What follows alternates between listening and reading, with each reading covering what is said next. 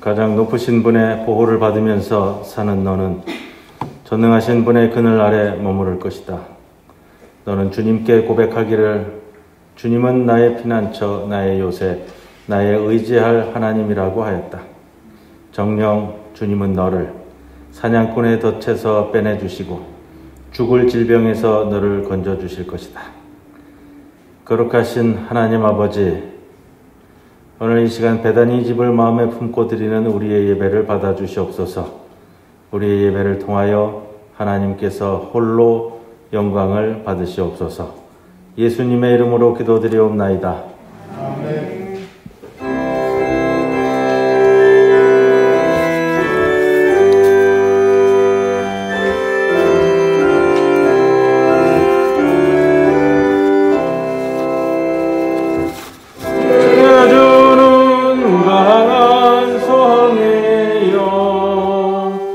방패와 병기 되시니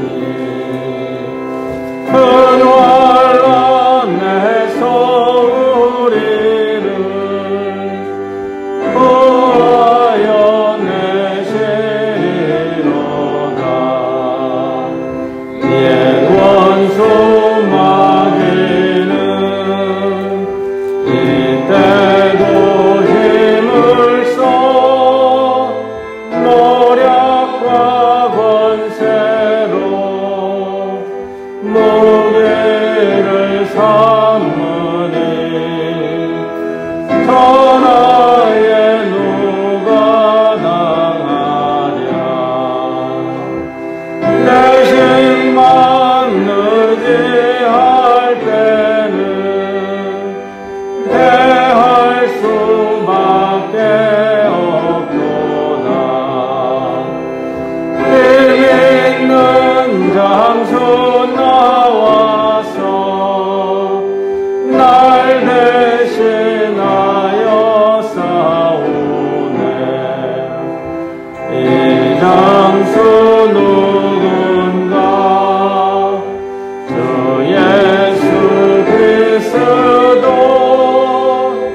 만군의 주로다.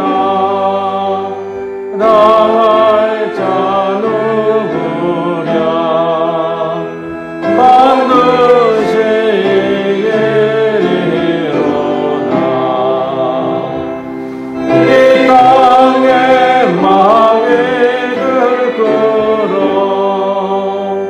우리를 삼키려 하나. 겁내지 말고 섰거라. 진리로 이기리로다.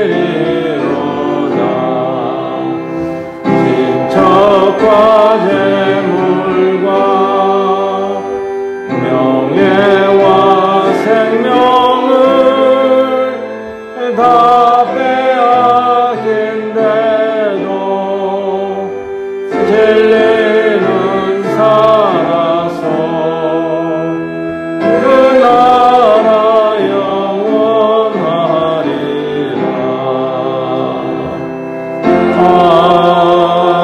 아멘.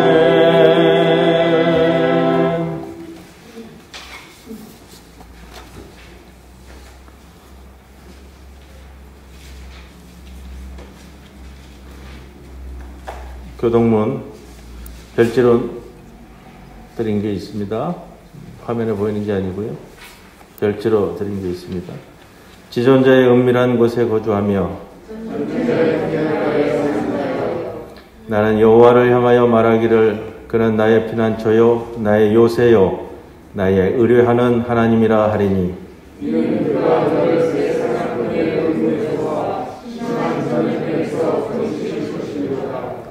그가 너를 그의 깃으로 덮으시리니 내가 그의 날개 아래에 피하리로다. 그의 진실함은 방패와 성방패가 되시나니 1000명이 내 왼쪽에서 10,000명이 내 오른쪽에서 엎드러지나 이 재앙이 내게 가까이 하지 못하리로다.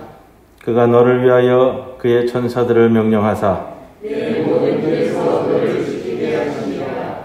하나님이 이르시되 그가 나를 사랑한즉 내가 그를 건지리라. 그가 내 이름을 안즉 내가 그를 높이리라. 아멘.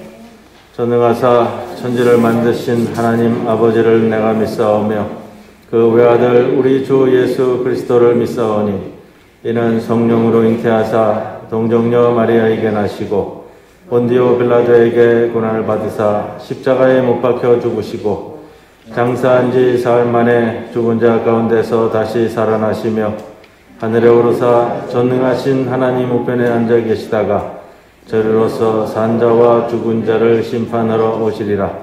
성령을 믿사오며 거룩한 공회와 성도가 서로 교통하는 것과 죄를 사하여 주시는 것과 몸이 다시 사는 것과 영원히 사는 것을 믿사옵나이다.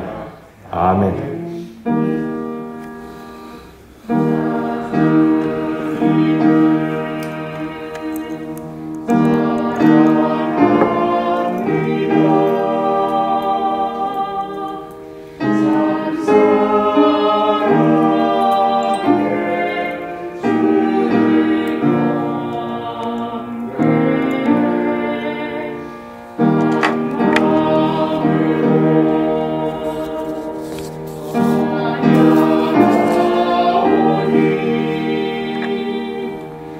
우리들의 기도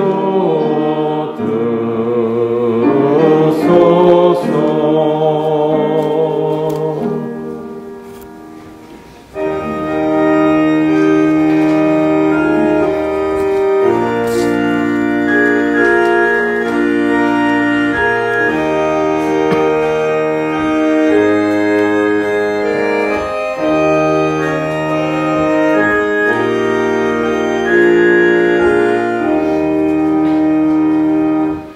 주 믿는 사람 일어나 다 힘을 합하여 이 세상 모든 마귀를 다 쳐서 멸하세. 저 앞에 오는 적군을 다 싸워 이겨라.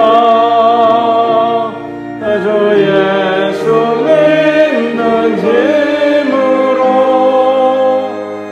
온 세상 이기네. 믿음이 이기네. 믿음이 이기네. 주 예수를 믿음이 온 세상 이기네.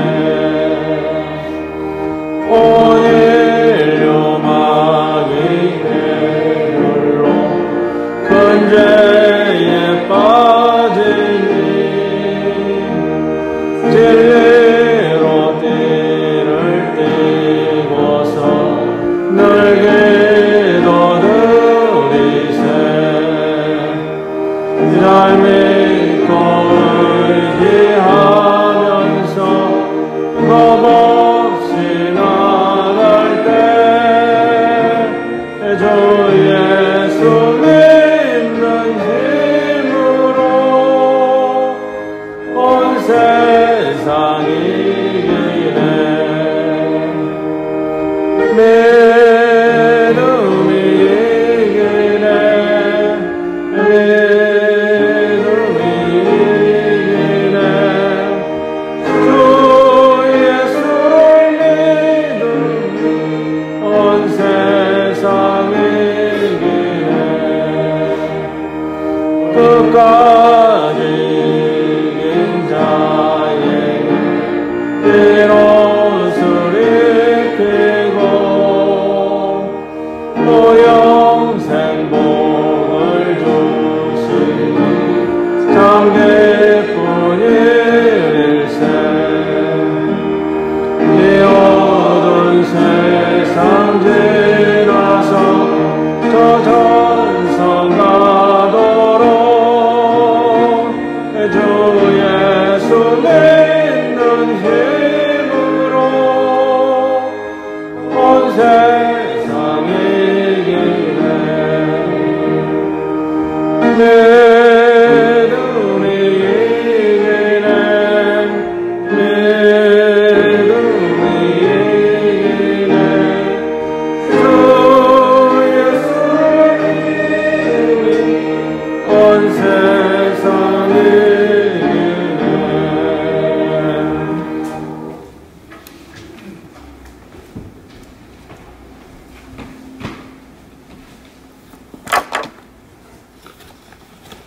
기도드리겠습니다. 주께로 돌이키사 진리와 사랑으로 살게 하소서. 사랑이 많으신 하나님 아버지 참 감사합니다. 그동안 코로나19 때문에 많은 사람이 죽고 아프고 격리되고 경기 침체에 고통을 받고 있습니다. 인간이 얼마나 나약한지 절실히 깨닫고 있습니다. 모든 것을 하나님이 주관하십니다. 더 이상 코로나19로 인해서 고통받지 않게 하여 주시옵소서. 오늘은 여신도주의를 맞이하여 주님 앞에 예배드립니다. 평생 주의 사역을 감당하시다가 은퇴 후에 부양가족이 없어 홀로 되신 교역자들을 모시고 사는 배단의 집을 기억하며 헌신 예배를 드립니다. 돌보는 가족도 없이 아픈 몸을 이끌고 살아가는 배단의 집 어르신들이 예수님이 말씀하신 가장 작은 자가 아닐까요? 많이 받은 자에게는 많은 것을, 적게 받은 자는 적은 것을 하나님과 이웃을 위해 베풀고 나누며 돕고 섬김으로 귀한 보화를 하늘 곳간에 쌓아두게 되기를 원합니다. 이기적인 마음을 버리고 서로 이해하고 사랑하는 풍토가 조성되게 하옵소서. 믿는 사람이 더 잘 살아 믿지 않는 사람들의 본이 되게 하시고 선교를 할 수 있도록 축복하여 주옵소서. 일교차가 심한 날씨에 말씀 전하시는 목사님과 사모님, 자녀들 모두 건강 지켜주시고 모든 성도님들, 건강하지 못한 성도님들은 건강을 주시고 재물이 부족한 성도님들은 재물을 주시고 또 지혜가 부족한 성도님에게는 지혜를 주시기를 간절히 빌고 원합니다. 특히 조승삼 장로님, 조숙조 집사님 하루속히 완쾌하시어 같이 예배 드릴 수 있도록 간절히 빌고 원합니다. 모든 말씀 예수님 이름 받들어 감사 기도드렸습니다. 아멘.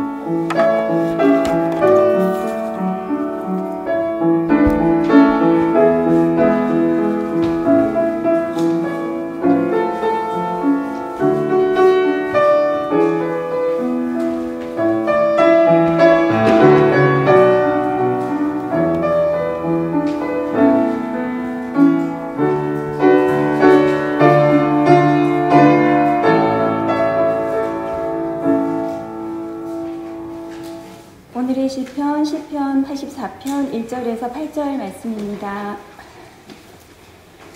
만군의 여호와여, 주의 장막이 어찌 그리 사랑스러운지요. 내 영혼이 여호와의 궁정을 사모하여 쇠약하며 내 마음과 육체가 살아계시는 하나님께 부르짖나이다. 나의 왕, 나의 하나님, 만군의 여호와여, 주의 제단에서 참새도 제 집을 얻고 제비도 새끼들 보금자리를 얻었나이다. 주의 집에 사는 자들은 복이 있나니 그들이 항상 주를 찬송하리이다. 주께 힘을 얻고 그 마음에 시온의 대로가 있는 자는 복이 있나이다. 그들이 눈물 골짜기로 지나갈 때에 그곳에 많은 샘이 있을 것이며 이른 비가 복을 채워주나이다. 그들은 힘을 얻고 더 얻어 나아가 시온에서 하나님 앞에 각기 나타나리이다. 만군의 하나님 여호와여, 내 기도를 들으소서. 야곱의 하나님이여, 귀를 기울이소서. 이는 하나님의 말씀입니다.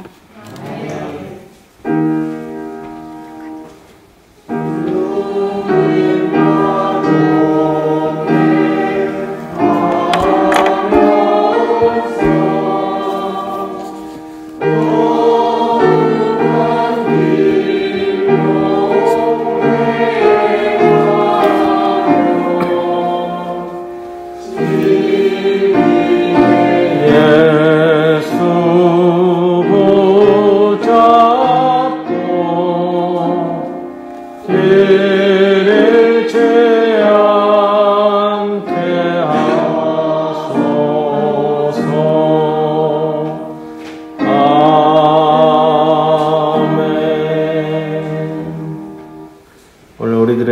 주시는 하나님의 말씀 사도행전 9장 36절에서 43절까지의 말씀입니다. 욥바에 다비다라 하는 여제자가 있으니 그 이름을 번역하면 도르가라. 선행과 구제하는 일이 심히 많더니 그때에 병들어 죽음에 시체를 씻어 다락에 누이니라. 룻다가 욥바에서 가까운지라. 제자들이 베드로가 거기 있음을 듣고 두 사람을 보내어 지체 말고 와 달라고 간청하여 베드로가 일어나 그들과 함께 가서 이르매 그들이 데리고 다락방에 올라가니 모든 과부가 베드로 곁에 서서 울며 도르가가 그들과 함께 있을 때에 찍은 속옷과 겉옷을 다 내보이거늘 베드로가 사람을 다 내보내고 무릎을 꿇고 기도하고 돌이켜 시체를 향하여 이르되 다비다야 일어나라 하니 그가 눈을 떠 베드로를 보고 일어나 앉는지라. 베드로가 손을 내밀어 일으키고 성도들과 과부들을 불러들여 그가 살아난 것을 보이니 온 욥바 사람이 알고 많은 사람이 주를 믿더라. 베드로가 욥바에 여러 날 있어 시몬이라 하는 무두장의 집에서 머무니라. 이 말씀 가운데 성령께서 함께 하시기를 기원합니다.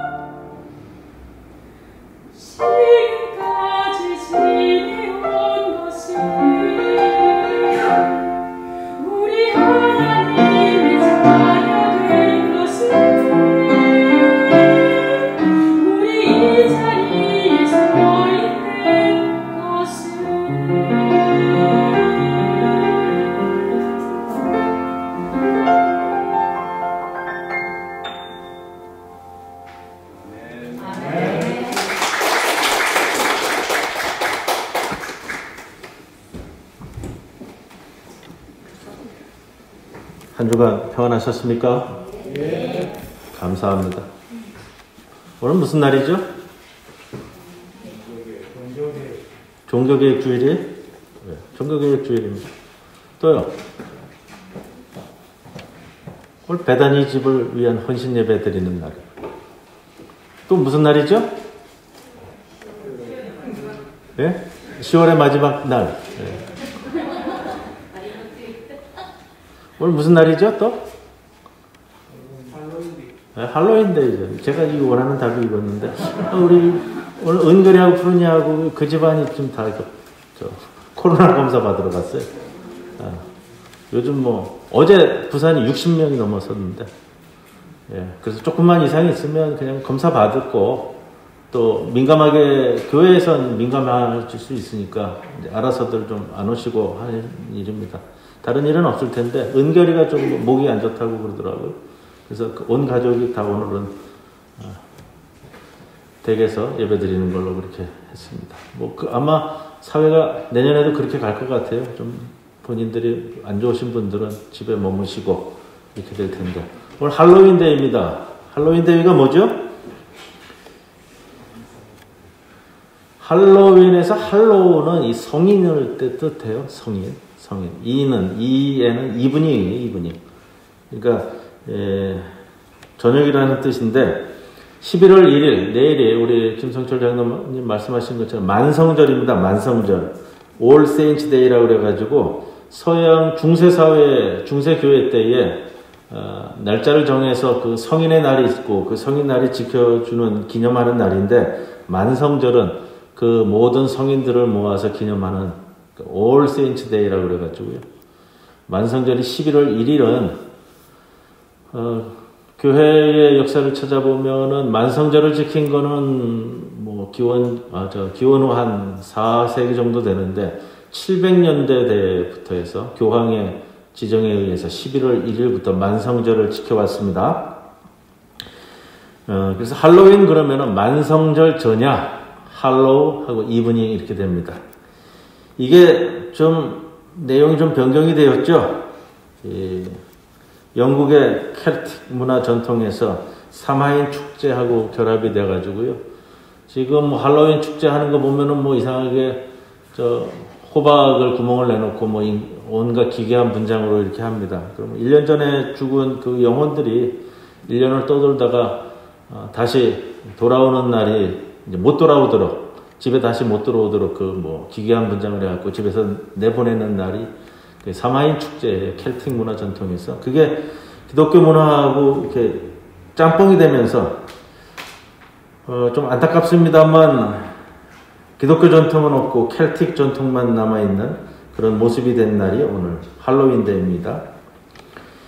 종교개혁자 마틴 루터가 면벌부 또는 면죄부 우리가 알죠 내용을 죄를 사해주는 티켓인데 그것을 비판하는 95개조 조문을 작성한 날이 10월 31일이에요. 1517년 10월 31일. 그래서 10월 31일 전주일을 우리가 종교개혁주일로 기념하고 있습니다. 전 세계가 이제 공통적입니다. 만성절 전야일인데 루터가 이날의 면죄부를 비판하는 95개조 조문을 작성한 것은 이 면죄부가 성인들과 연관이 있었기 때문입니다. 면죄부의 근거가 되는 사상 중에서 여공사상이라는 게 있어요. 여공사상. 남을 여자예요. 공은 공적이고요. 여공이란 그래서 자기를 구원하고도 남는 공적. 그 여공을 가지고 있는 사람은 가장 대표적인 분은 누구냐면 그리스도. 그 다음에 각 성인들. 이들의 행위에 의해서 자신을 구원하고 남을 공적. 그러니까 자신을 구원하고도 남을 공적을 그걸 여공이라고 그래요.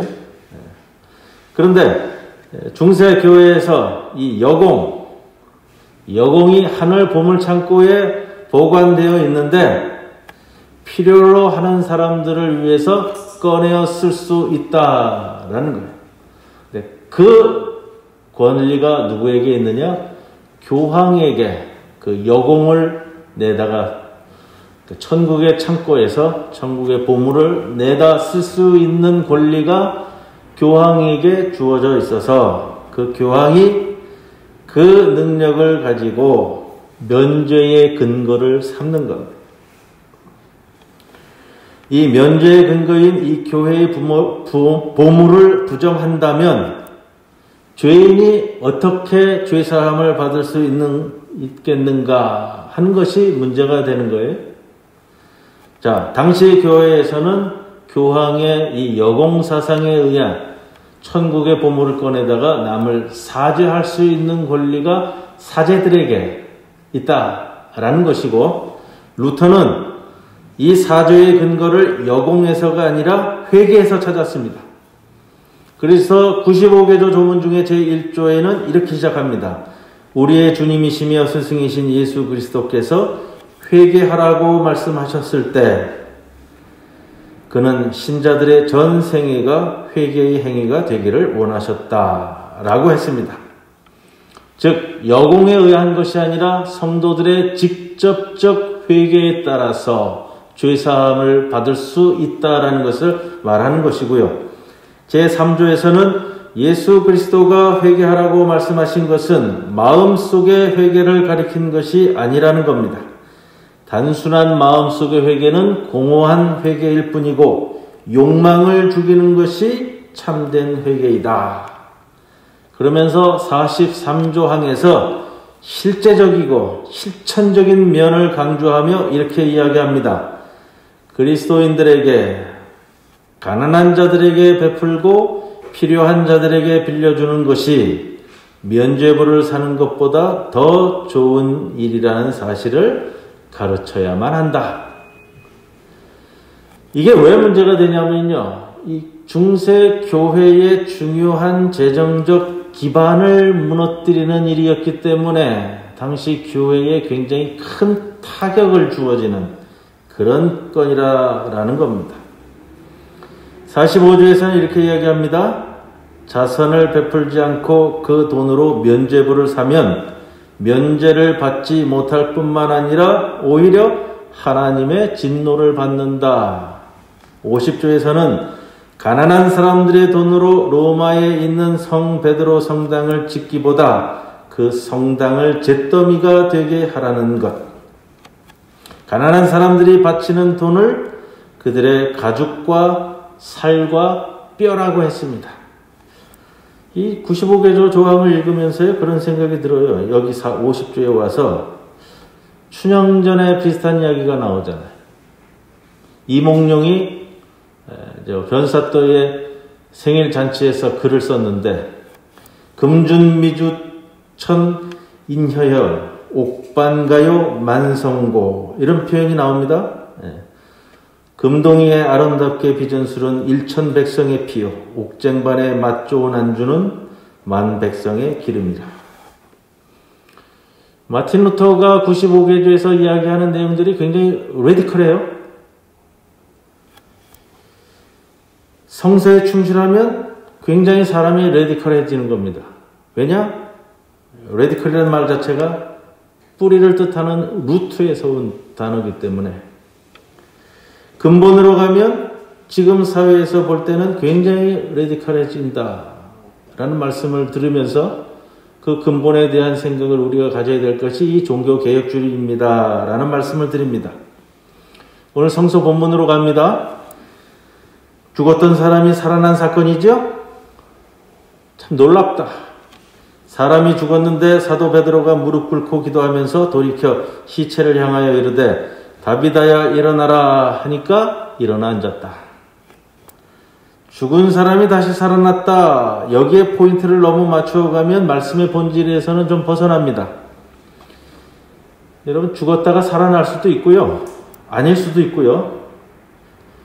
오늘 본문을 봐도 죽었다가 살아난 사람이 엘리야처럼 승천한 말씀은 없으니까 다시 죽었을 겁니다. 우리가 이런 사건을 볼 때는 신앙의 관점에서 우리가 지금 이렇게 살아오고 있는 것, 죽든 살든 모두 다 하나님의 섭리 안에 있는, 계획 안에 있는 사건 중 하나다. 이렇게 모든 것이 하나님의 계획 안에 있는 사건들이다. 이런 출발점을 가져야 됩니다. 그런데 때때로 이미 죽은 사람이 일으킴을 받는 사건들이 있습니다. 특별한 사건들이에요. 특별한 사건을 일반적 사건화 시키면은 우리의 신앙이 참 곤란해지는 겁니다. 방법과 목적을 따라서 이것은 하나님의 계획 속에 일어나는 특별한 사건들입니다. 그 특별한 사건이 무엇이고 어떻게 그럴 수 있느냐 하는 것이 우리의 포인트가 아니라 왜 하나님께서 그렇게 이루어 가고 계시는가 하는 것을 찾아봐야 되는 겁니다. 오늘 등장하는 인물 다비다라는 이 여제자의 사건, 이 사건을 통해 욥바라는 도시에 어떠한 반향이 일어났는가 하는 것을 살펴야 되는 겁니다. 한 여인이 병들어 죽었죠? 그것이 뭔가가 잘못되거나 어그러져서 그런 것은 아니고요. 우리의 삶의 여정 속에서 일반적으로 일어나는 일입니다. 사람이 살다가 때가 되어서 병들어 죽는 것은 일반적인 일이라는 겁니다. 그런데 유독 이 욥바에 사는 다비다라는 여제자의 죽음을 맞이한 성도들이 38절 말씀을 보면 욥바에서부터 18km 정도 떨어진 루다라는 곳에 사도 베드로가 와 있다는 이야기를 듣고 여하가 베드로를 이곳으로 모셔오게 했습니다. 베드로로 하여금 기도하게 만들었고 하나님께서 다시 일으키셔서 욥바 전체를 들썩이게 하였고 그리고 이 사건이 사도행전에 기록되어 있습니다. 사도행전이라는 복음 전파의 사건 속에서 이 사건이 어느 부분을 감당하고 있는가 하는 것을 보아야 됩니다. 이것이 말씀의 중심입니다. 오늘 본문은 이걸 말하려고 하는 것이지요. 사도행전 말씀은 우리가 아는 것처럼 주님께서 승천하시기 전에 이 땅에서 마지막으로 제자들에게 남기신 말씀을 포함하고 있습니다. 오직 성령이 너희에게 임하시면 너희가 권능을 받고 예루살렘과 유다와 사마리아와 땅끝까지 이르러 내 증인이 되리라. 이 말씀을 전해주는 겁니다. 오늘 장소를 한번 보고서 말씀을 진행할 텐데 지도를 띄워주세요.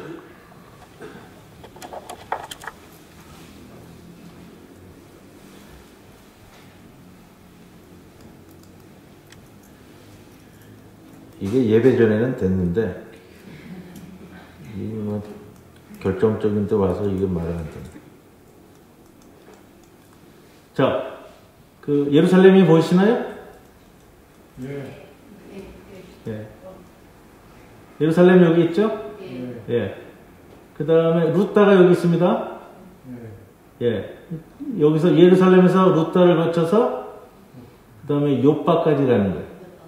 예, 이렇게 선상에서 보면 됩니다.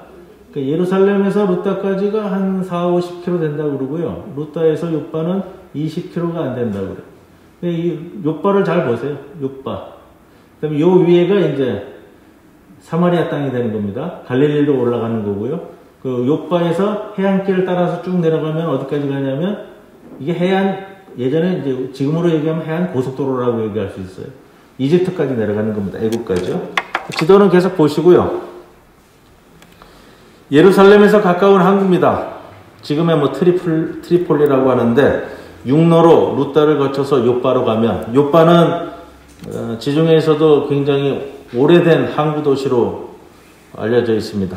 솔로몬 시대 보면 솔로몬이 성전을 지을 때 레바논의 백향목을 바닷길로 통해 가지고 떠내려오면은 욥바에서 거두어 가지고 예루살렘으로 들어가는 거예요.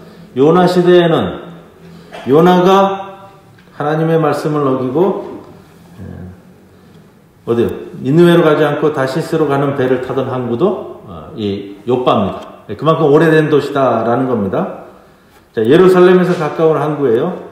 육로로 루다를 거쳐서 욥바로 가면 욥바에서 육로로 사마리아, 갈릴리, 소아시아 지역으로 올라가고요. 아니면 해안 고속도로를 따라서 애굽까지 내려갈 수 있고요.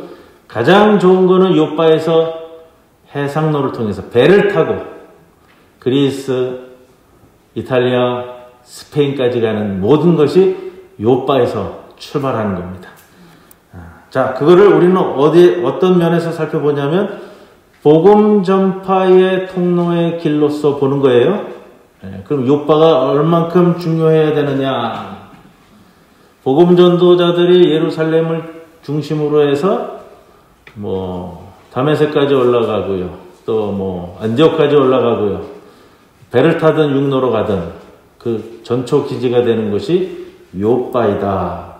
당시에는 여관이나 이런 것들이 흔하던 시기가 아닙니다. 그럼 복음 전도자들은 어디서 머물게 되냐면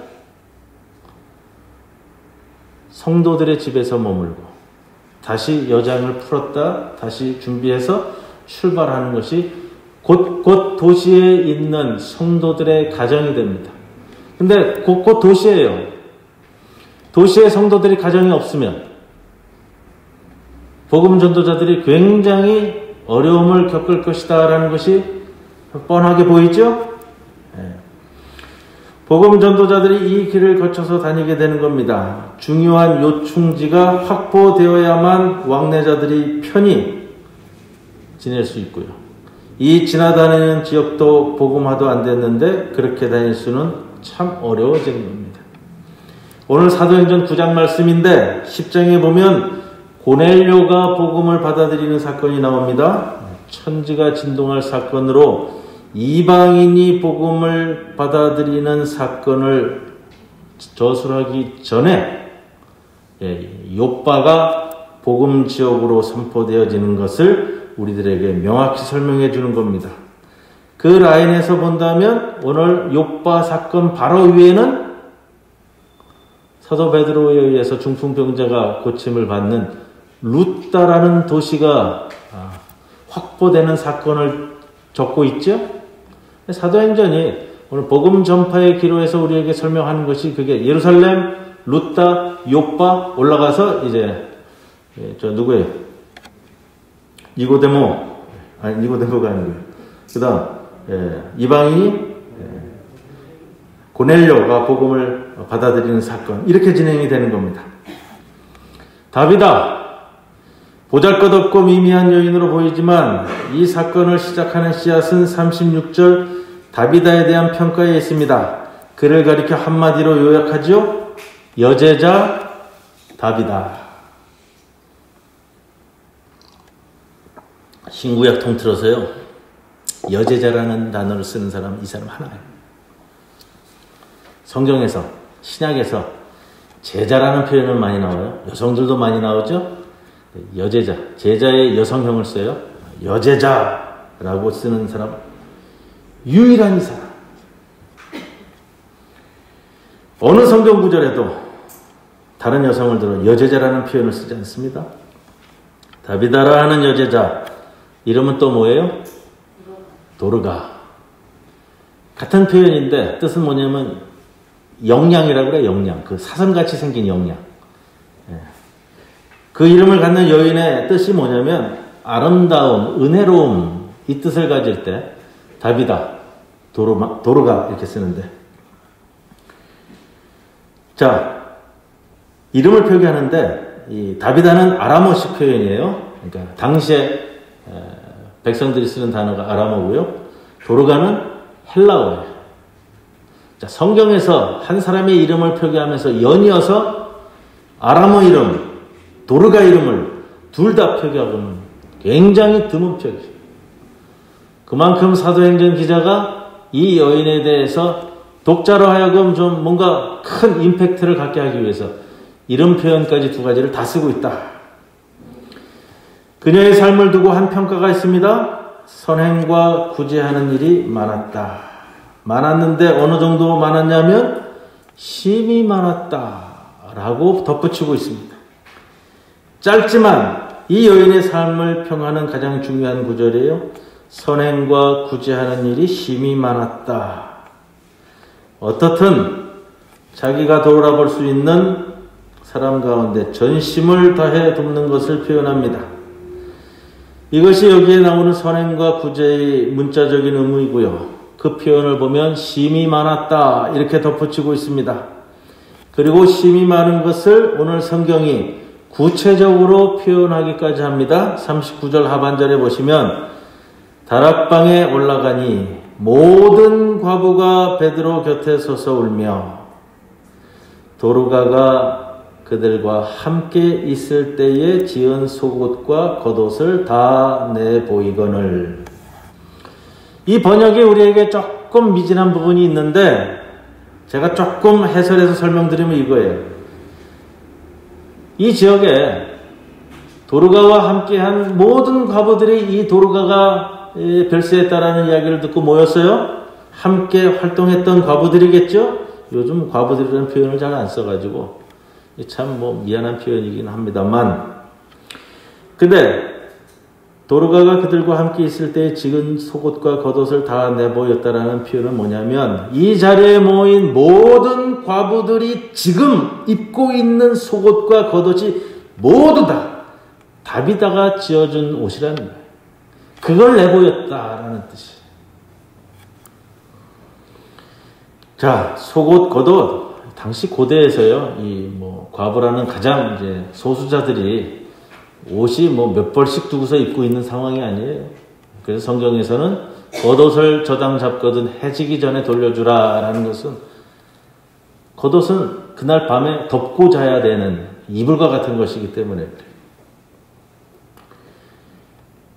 객관적으로 주변 사람에게 나타난 영향을 볼 때 어려운 사람을 도왔던 한 여제자의 선행과 구제의 열매와 과정이 참으로 대단하였다라는 것을 보게 됩니다.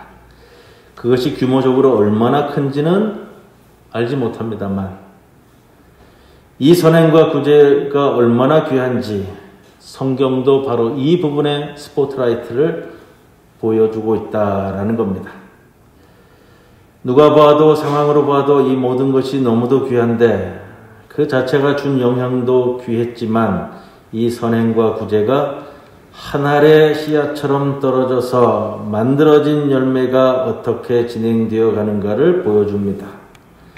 이 여인이 죽자 그를 너무도 아끼던 사람들이 사도 베드로가 근처 루다에 와 있다는 이야기를 들었습니다. 지금 생각하면 17, 8km가 가깝다고 여기지만 당시는 걸어 다녀야 되는 거리이기 때문에요. 이게 하룻길이에요, 하룻길. 그리고 원래 이 지역의 장례는 덥기 때문에 죽으면 그날로 장례를 치러버립니다. 사도행전에 나오는 아나니아와 삽비라 이야기를 보시면 죽자마자 바로 그냥 이제 메고 가서 장례를 치르잖아요. 여하튼 이 17, 8km 되는 가깝지 않은 길을 흔하지 않은 일인데 베드로를 모셔오라고 했습니다. 그리고 하나님께서 은총을 베푸셔서 다시 살리셨습니다. 이 여인이 선행과 구제로 씨앗을 뿌렸는데 다비다가 다시 살아나는 사건으로 꽃을 피웁니다. 그리고 꽃을 피운 그것이 열매를 맺게 되는데 그것이 42절에 기록되고 있습니다. 온 욥바 사람이 알고 많은 사람이 주를 믿더라. 욥바가 복음의 지역으로 확보되어진다. 이 사건을 우리들에게 일러줍니다. 그리고 사도행전 10장으로 넘어가면 해안도로 위쪽으로 올라가 가이사랴로 넘어가서 이방인 고넬료가 복음을 받아들이는 사건으로 이어지는 그 과정 중에 이 도르가의 사건이 위치해 있습니다. 이방인 세계로 복음이 전파되는 기폭제 역할을 하게 되는 사건이 욥바의 도르가 사건이다라는 것이죠. 다비다의 선행과 구제 그 자체가 직접적으로 역사를 이루는 것은 아니지만 이것이 씨앗으로 심기워져서 나타나는 역사적인 열매들이 이렇게 진행되어져 간다. 이것이 오늘 본문에 또 여기에 기록되고 있는 이유입니다. 이렇게 교회의 역사, 한국교회의 역사, 우리 교단의 역사도 마찬가지 다비다와 같은 여인들의 헌신과 열정에 의해서 세워져 왔습니다. 실제로 남자들은 좀 앞에 나서는 일들이 많고요. 영광도 받고 스포트라이트를 받는 경우가 많습니다. 가부장제가 많이 사그러졌다 하더라도 오늘날도 그렇고요. 우리 한국교회 초대교회의 역사에 보면은 전도부인이라고 나옵니다. 영어로 번역하는 선교사들의 글을 보면은 전도부인을 바이블 우먼이라고 번역을 했더라고요. 그만큼 성경을 들고 다니며 전도했다라는 것을 표현하는 그런 내용인 것 같아요. 일주일 내내 말씀을 전하던 걸어다니면서 춥거나 덥거나 비가 오나 눈이 오나 말씀을 전한 그 바탕 위에 실제로 한국교회의 역사를 보면 그래요. 전도 부인들이 전한 그 말씀의 역사 위에 우리가 흔히 아는 1900년대 초반에 이름 있는 남자 목사님들이 태어나게 되는 그것이 우리 교단도 지금까지 이어져 왔습니다. 전도 부인들 우리 교회 관습 중에 성미 있었어요. 성미. 지금 성미 모으는 교회가 별로 없습니다만 이 성미의 원래의 목적은 이 전도 부인들의 생활비를 마련해 주는 거였어요. 어려운 시절 우리 주님 믿기 전에 각 가정에서는 신들이 많았잖아요. 부엌에 무슨 성주신 무슨 신 밥솥뚜껑 신까지 다 정해져 있는 그런 이제 화장실에 가면 또 무슨 신, 마당에는 무슨 신. 그 신앙을 다 걷어내고 성주단지는 뭐죠? 밥 지을 때마다 우리가 제사를 드리기 위해서 한꺼번에 밥을 한 가마를 할 수가 없으니까 우리 어머니들이 그 쌀 한 숟가락을 성주단지에다가 덜어놨다가 때가 되면 그거로 제사를 드리는 게 그게 성주단지입니다. 복음이 들어간 다음에 우리 어머님들이 뭐 했냐면 그 성주단지에다가 십자가를 오래 붙였어요. 십자가를 붙이고 이거를 성미단지로 바꿔버린다고요. 단지가 예전에 많은 게 아니잖아요. 근데 성주단지가 각 집안에서는 가장 귀한 단지인데 이게 성주신을 모시기 위한 이 항아리 단지잖아요. 조그만 거. 거기다가 십자가를 오래 붙였어. 성미를 모으는 거예요. 이것이 전도 부인들의 생활비를 마련해 주 위한 우리의 신앙 문화였습니다. 한 숟가락씩 모아서 주일이면 신도회별로 교회별로 모으고요. 할로윈 데이, 만성열 전야인 할로윈 데이가 켈틱 문화의 무속적 문화로 변질되어서 지금도 전해지지만 우리나라에서는 우리 이 신앙 어머니들에 의해서 성주신을 모시던 성주단지가 교회 문화로 수용 변화시켜 확대시킨 역사를 가지고 있는 그런 문화를 우리는 가지고 있습니다. 초기 한국교회 대부분이 그렇게 양육받았습니다. 그런 전도부인들이 이제 사그러지고서는 각 교회에서 여전도사 체제로 바뀌었죠. 네. 지금은 전도부인들이 없습니다. 또 여전도사 제도도 많이 사그러졌어요. 왜냐하면 여목사님들이 배출되기 때문에.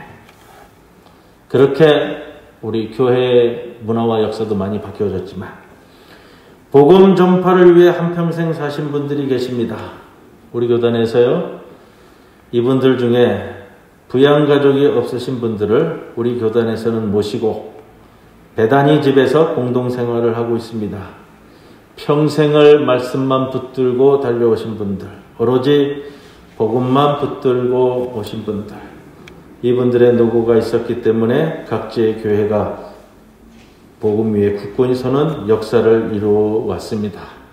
여교육자로서 평생을 사신 분들, 또 그분들 중에서는 목사의 사모로서 평생을 사신 분들 중에, 홀사모 되신 분 중에 부양가족이 없으신 분들, 목사님 뒤에서 사모의 역할을 정말로 빛도 없이 영광도 없이 그것도 횟수가 있다고 그러더라고요. 25년 이상 사역해 오신 사모님들.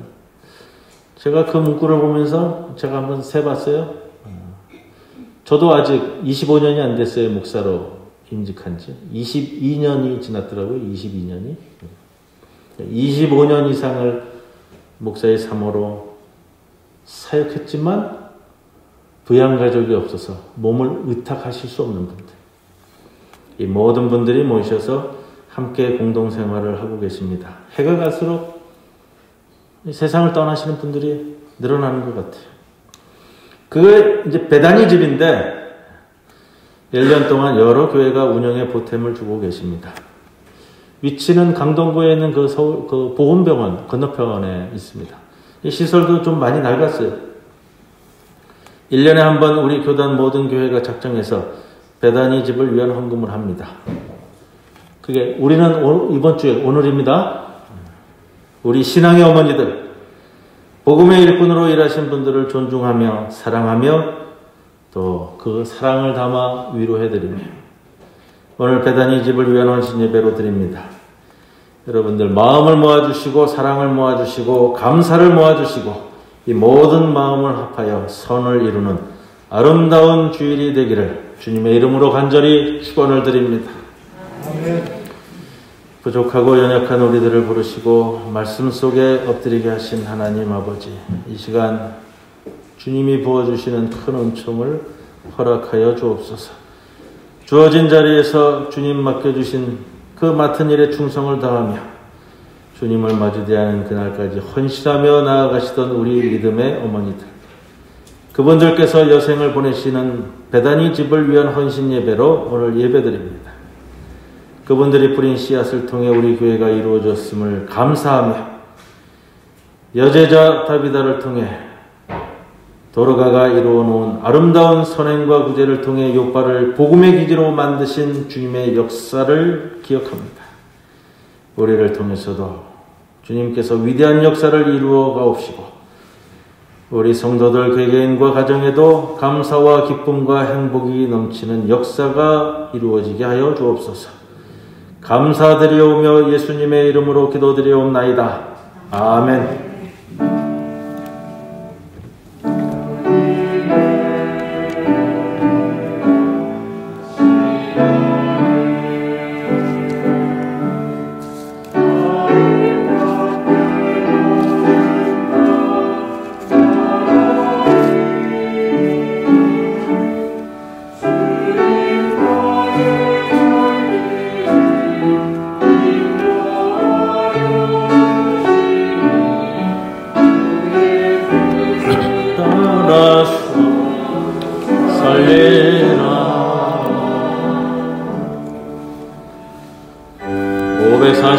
찬송 드리면서 우리 봉헌하도록 하겠습니다.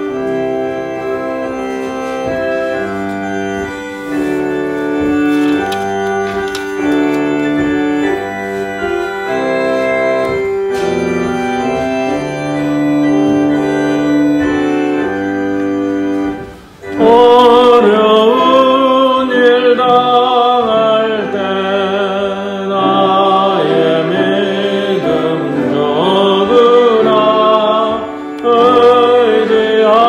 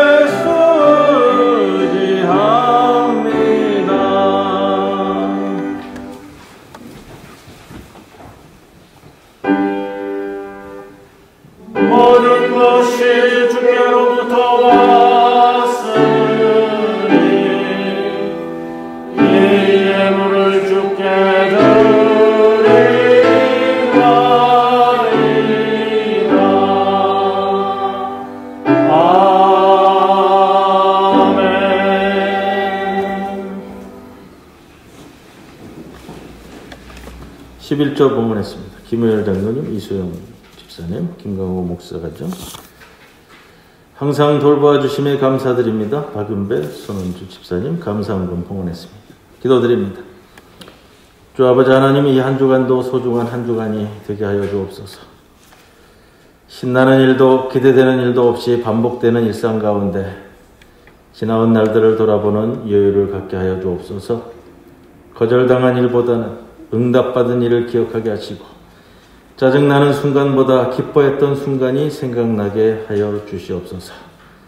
할 일을 누군가에게 시키려고 두리번거리는 게으른 눈길이 누군가를 도우려는 발길로 바뀌게 하여 주옵소서. 하지도 않은 일을 자랑하는 허풍보다는 해놓은 일마저 조심스럽게 숨겨놓을 줄 아는 겸허한 사람이 되게 하여 주옵소서. 이 마음을 모아 봉헌합니다. 11조로 감사헌금으로 주정헌금으로 장학헌금으로 하늘헌금으로 오늘 특별히 우리 믿음의 어머니들의 처소인 베다니 집을 위해 봉헌합니다. 이 예물과 우리의 몸과 마음도 함께 받아주시옵소서. 예수님의 이름으로 기도드리옵나이다. 아멘.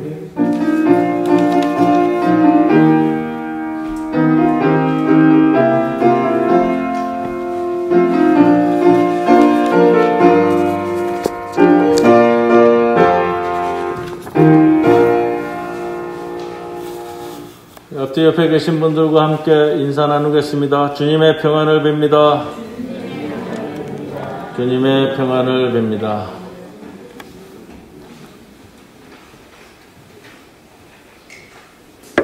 주보에 있는 광고란을 참고해 주십시오.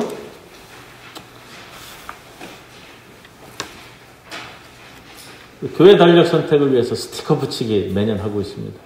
지금 밑에 붙여져 있습니다. 거울 앞에 계단에 있는데 내려가시면서 보시면서 하나씩 이렇게 붙여주세요. 오늘 마감하겠습니다. 이제 주문 들어갈 거예요. 교단 달력입니다. 한 사람이 막 2개, 3개씩 붙이지 마시고요. 자기 이거 꼭 해야 된다고 막 지난번에 그런 분 계시더라고요. 보니까. 자, 공동 식사 1층에 빵과 음료 준비되어 있습니다. 대입 수능고사가 11월 18일입니다. 여러분들 이제 구체적으로 좀 날짜를 말씀드립니다. 우리 김다연 학생 위해서 잊지 마시고 꼭 기도해 주시고요. 한 가지 맨 밑에 보시면 중공감사 예배 있습니다. 우리 이태성 장로님, 유진 ENT 오늘 그 양산에 공장을 준공하는 중공 감사 예배를 드립니다. 네. 어제 우리 저 부산 지역에 코로나가 60명이 넘었어요. 그리고 오늘 아까 말씀드린 것처럼 코로나 검사 받으러 가서 교회 못 오신 분들도 있어서 교회가 조심해야 됩니다. 아직도 뭐 이 교회 저 교회에서 막 60명씩 터지는 교회가 나왔어요. 지난 주간에. 어딘지 기억이 잘 안 나는데. 자, 우리 장로님께서 감사하는 마음으로 기도해 주십사 요청하면서 공동 식사를 제공하십니다. 세진주 식당 아시죠? 예, 저기 그 중부산 세무서 가는 길에 세진주 식당에 우리 성도들 모두 식사하시고요.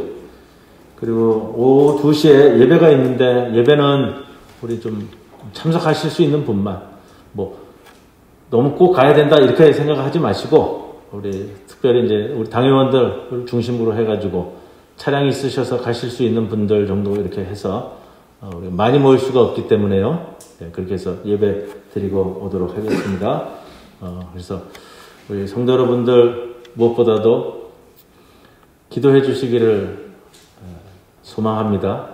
특별히 우리 또 장로님이 식사까지 대접을 하시니까 식사하시고 또 힘내서 기도해 주시기를 바라고 감사 예배는 또 저를 비롯해서 우리 당회원들 중심으로 또 교회에서 꼭 가시겠다 하시는 분들 차량이 준비되시는 분들은 지금 예정은 2시로 잡았는데 조금 뭐 당겨질 수도 있고 늦춰질 수도 있습니다만 예배 드리고 오도록 하겠습니다. 감사합니다. 자, 이제 모두 일어서셔서 회개성 53장 함께 찬송 드립니다.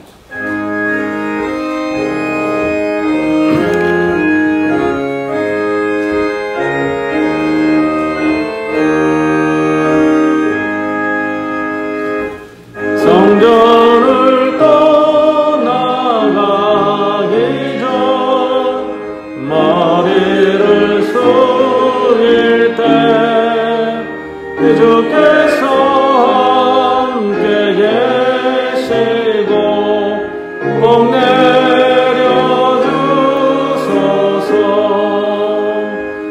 집으로 돌아가는 길 주 동행하시고 내 모든 언행 신사를 다 지켜주소서.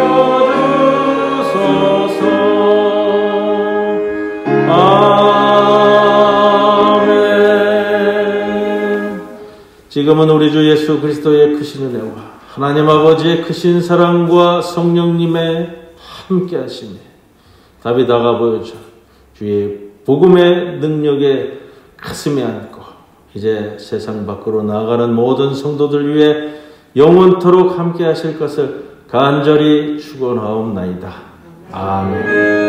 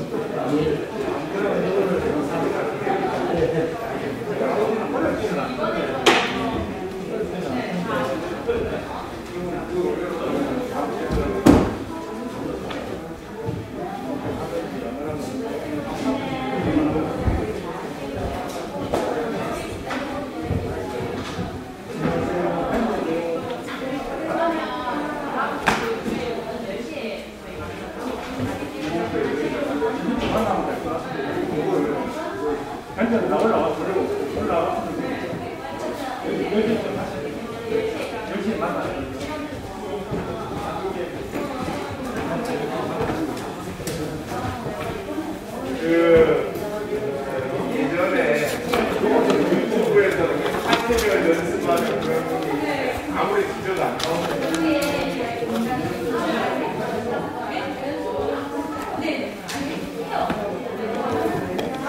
오늘 연습 안 하세요? 다음 주에 10시에 만나서 다음 주 아침 10시에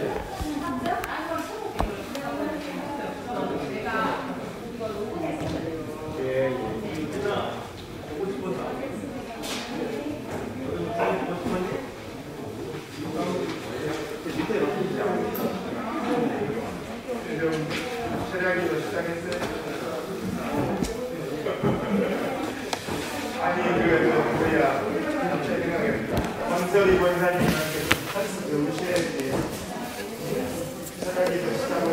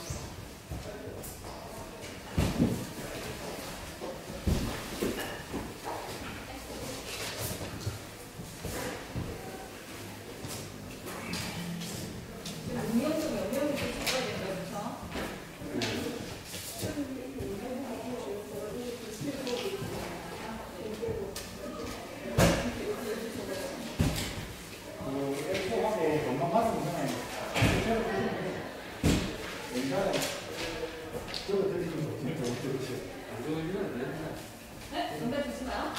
네? 통째로 다 드리는데 액수하고